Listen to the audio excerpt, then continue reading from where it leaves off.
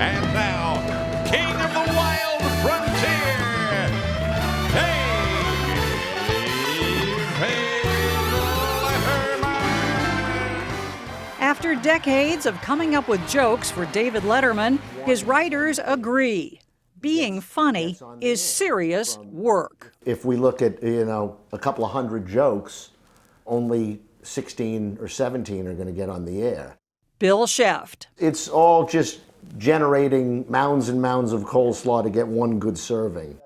The good servings get turned into television, like this bit about a made-up news show. It's time to check in with Bruce and Linda, and let's see what's coming up Saturday on the Weekend Late Show. Kids, take it away. It had befuddled viewers calling in to CBS. Now, you've probably heard there's a right way and a wrong way to brush your teeth. Our hygiene reporter, Candy Sheckman, has the information you'll need to keep those choppers white and bright. Head writer Matt Roberts. And they would have kind of ridiculous sort of, I don't even know if B-level is probably being generous, B-level stories. Keep going. All that plus preparing your will, a chainsaw safety lesson, and backgammon tips. Saturday on the Weekend Late Show.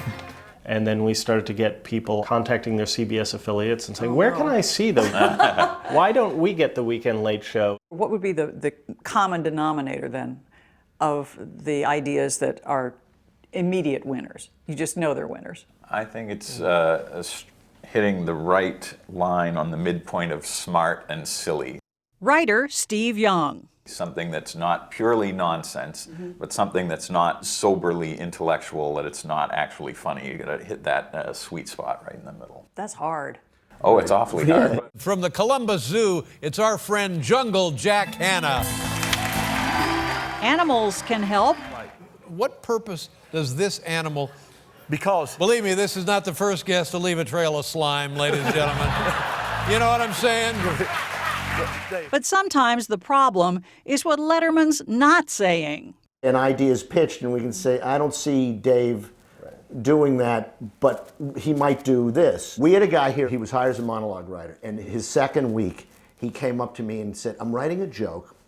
Would Dave say the word orgasm? And I said, not even if he was having one. But comedy is not science. And as every stand-up comic who's ever bombed on stage can tell you, there is no magic formula for making people laugh. The writer E.B. White warned against even looking for one.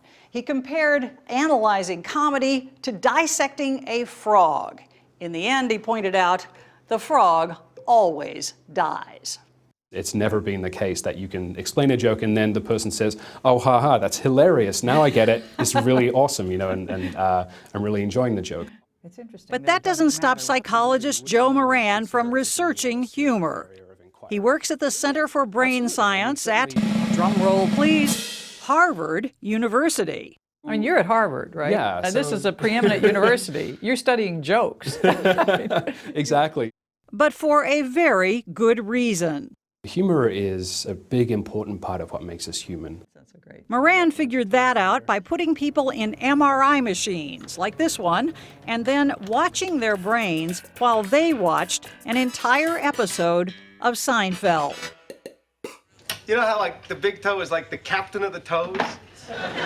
But sometimes the toe next to the big toe gets so big that there's like a power struggle, and the second toe assumes control of the foot. The coup d'etat. Yeah. This is a brain laughing. This is a brain laughing. Yeah, essentially, this is what happens when we are enjoying a joke.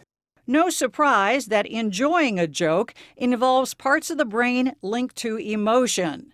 But it turns out that getting a joke uses the areas needed to solve complex problems. In other words, humor takes brains. Are human beings the only entities that experience humor? We haven't found examples of actual humor yet in other species. Every dog lover in America is going to say, you know what, you are completely wrong. My dog smiles, my dog laughs. We can't get inside the dog's head. We can't ask him, we can't say, okay, are you feeling humor right now? If we could certainly find out. Okay, if not smart dogs, what about smart kids? They've shown that even children as young as 10, there's a really strong correlation between intelligence and sense of humor. Scott Weems is another scientist for whom jokes are no laughing matter. We met him at the famous New York City comedy club, The Comic Strip. He says we laugh when our delightful brains make sense of nonsense. What makes a joke funny? It's all about conflict. You've got to set up an expectation and then violate that expectation somehow. Give me an example. So there's the old Groucho Marx line that I love. One morning, I shot an elephant in my pajamas. How he got in my pajamas, I don't know.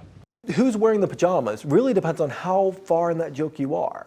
Halfway through the joke, Groucho Marx is wearing pajamas, and then you have to revise. And it's a very quick revision. It's in the course of a single sentence. So that's kind of what you get with a setup and a punchline, right? It's the recipe for so many great one-liners. From Lucille Ball Ever since we said I do, there are so many things we don't. to Woody Allen. Sex without love is an empty experience. Yes, but as empty experiences go, it's one of the best. To Henny Youngman. One night I dreamt that God sneezed. I didn't know what to say to him. We laugh. But in his book, Ha, Scott Weems notes that great figures in history haven't always gotten the joke.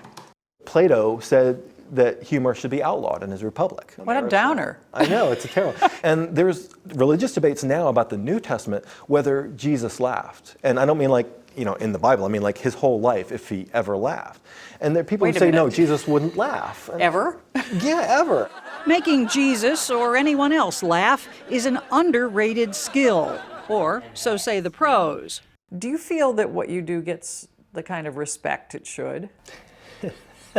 Bill Maher used to do a bit about how it's the only art form that's heckled. I mean, nobody ever said to Picasso, hey, more green, jackass. I mean, And that's enough to make some comics, well, just a little insecure. It's been said that people who are neurotic make better comedians. You think that's true? What do you mean by that?